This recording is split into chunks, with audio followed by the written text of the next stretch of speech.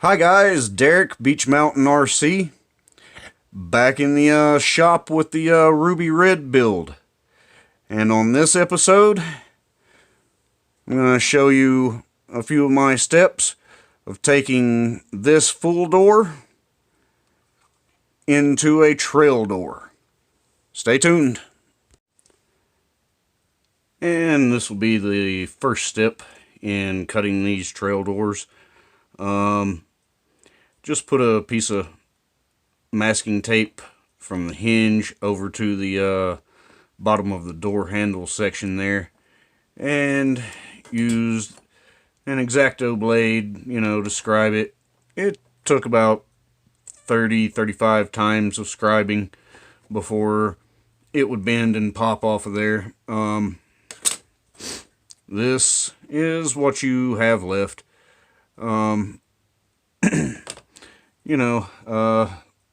I'll also be cutting down the interior door panels later on, and adding in the styrene for filler and a roll bar in the center. As soon as I figure out the pattern that I'm going to cut out in the center, we'll move from there. And this will be the next step in cutting the doors. Measured everything off and put masking tape on it for my guidelines. And going to cut down the door panels as well. Been doing that with my handy dandy Dremel. Makes quick work of stuff most of the time.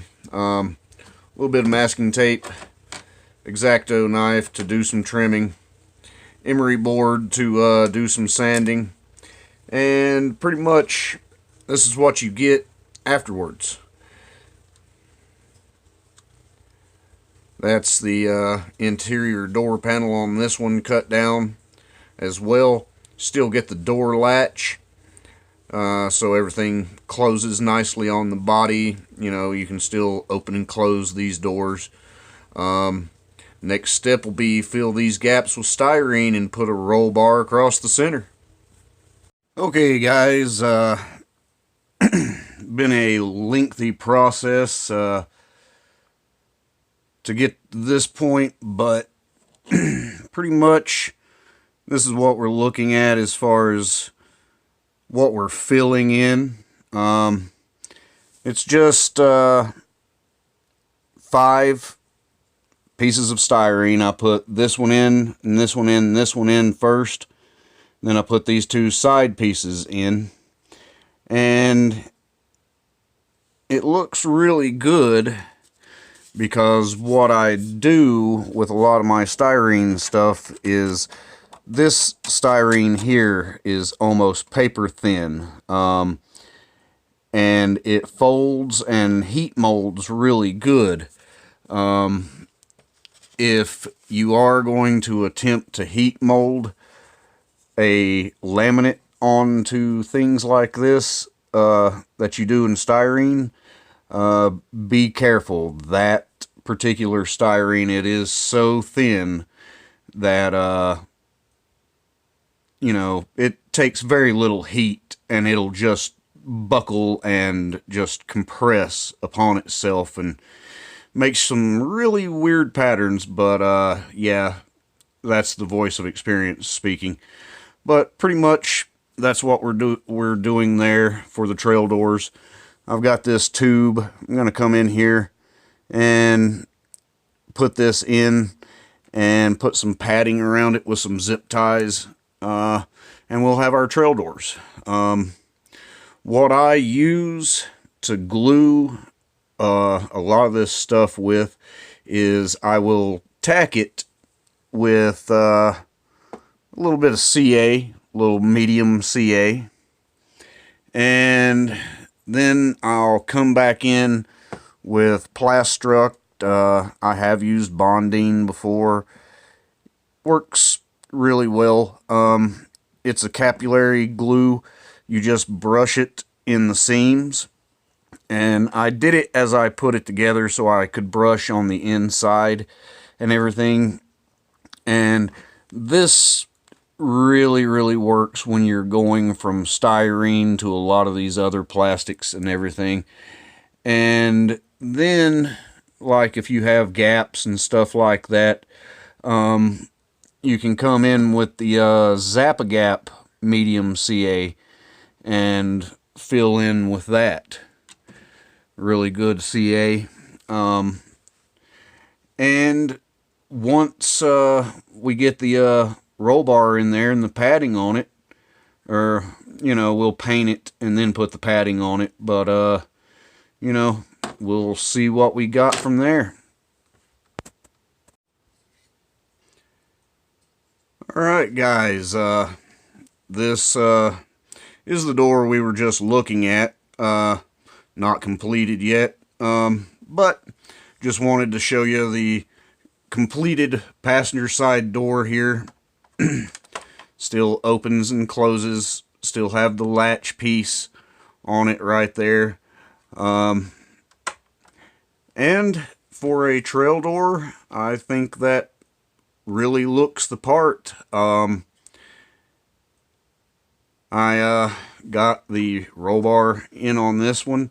The padding, that's just a little bit of foam padding. It's self-adhesive foam padding. You can pick it up at Walmart or Michael's or Hobby Lobby. Really inexpensive. And then just some small black zip ties, to represent that it's been banded in a full-size world and everything,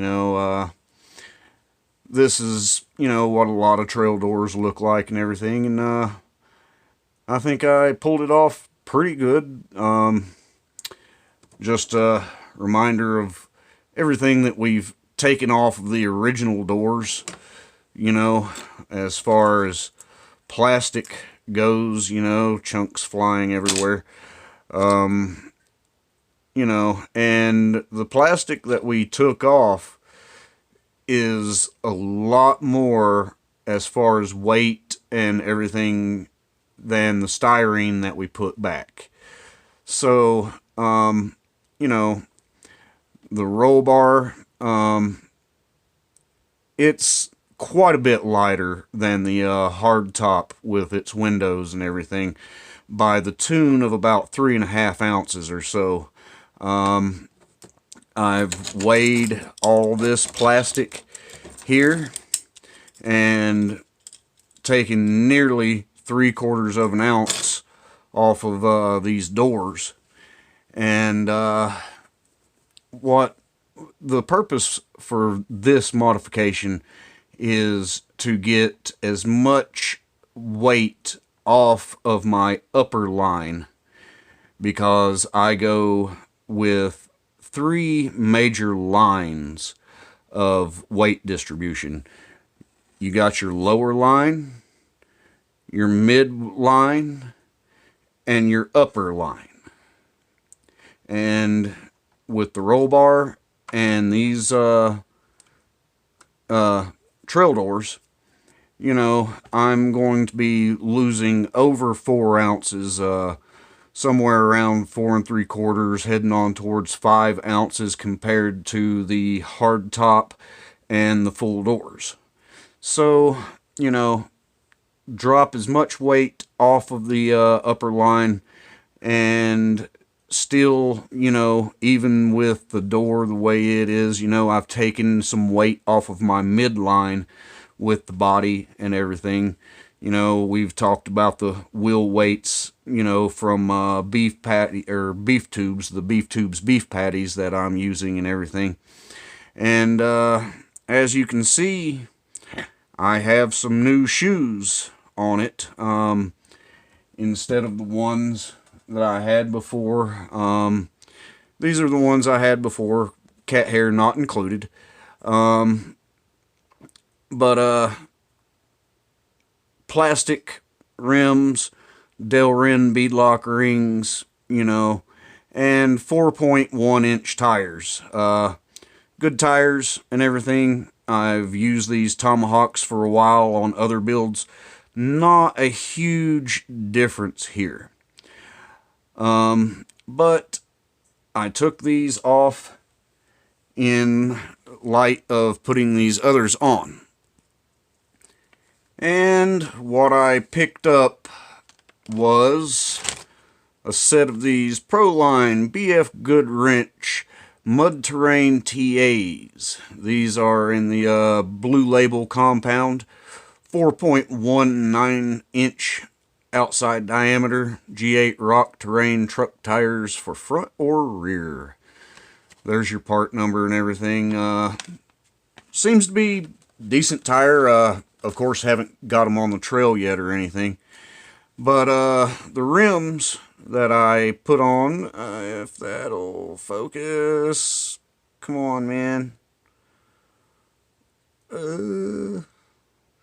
But it's the SSD steel D-hole beadlock wheels in their satin silver finish. Little difficult to put together, if you want to know the truth. Well more difficult. These are the rims that clamp together. There's two halves of the rim and a beadlock ring on the inside. These were the first ones I've ever messed with. Only other beadlocks I've ever used were like these, a rim with a beadlock ring. So, you know, bit of a learning curve and everything, trying to get the bead set and everything. But, you know, keeping with the SSD theme here and everything. Yeah, I think those look really good. Had to readjust the wheelbase just a little bit, dropped a little length off of it. Hopefully we can get a drive shaft that I goofed up on and made too short to fit, because now I think the rear suspension's short enough for it to work. So that'll be on the list to do coming on up. I've got to get this thing done. Competition's coming up on the 19th and 20th of this month, and I think today is the 5th. Anyway, I know I promised a bit more details in the engine bay and stuff like that, guys. Still working out of town. Really taking a long time on this project, actually. And you can probably tell through this edit that I've been filming this over a few weeks. I've got new studio lights for the garage now to film with and everything, because I smashed my other phone and it filmed quite a bit better than this new one does. This new one needs a lot of light to film, and if you are a long time watcher, you know that I do all this on my phone. One of these days I may upgrade, but then again I may just stick with the theme. Anyway guys, thanks for watching. As always, toss me a thumbs up if you feel I deserve it. Hit that notification bell for any future films of mine coming out. And it really helps grow the channel if you do that. Once again, appreciate the view, guys. Catch you on the next one. Okay, guys, back for just another second. I had a comment email sent to me saying that it would be easier to contact me and stuff like that if I had an Instagram or Facebook account or something. Well, I do have an Instagram page for Beech Mountain RC, and I will put it right here on the bottom of the screen. It is just Beech Mountain RC, all lowercase and underscores in between Beech Mountain and RC. Thanks, guys. Bye.